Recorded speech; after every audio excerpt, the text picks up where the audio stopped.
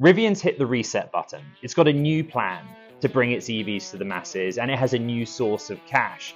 And we document all of that in the Business Week story. It's been a really tough few years since Rivian's IPO. That was the 6th biggest IPO in US history, the biggest since Facebook.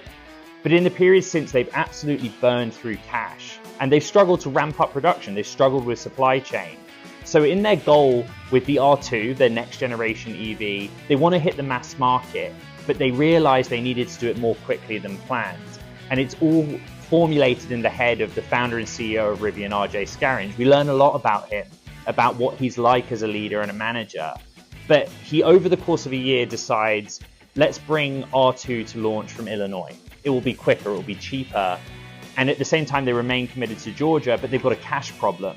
We learned that some of the funds they were banking on from the federal government suddenly weren't available to them. And so, in the 11th hour comes Volkswagen. They pledge to invest up to $5 billion. They form a joint venture for future electric vehicles, and VW is going to use Rivian's technology, and that gives Rivian some credibility.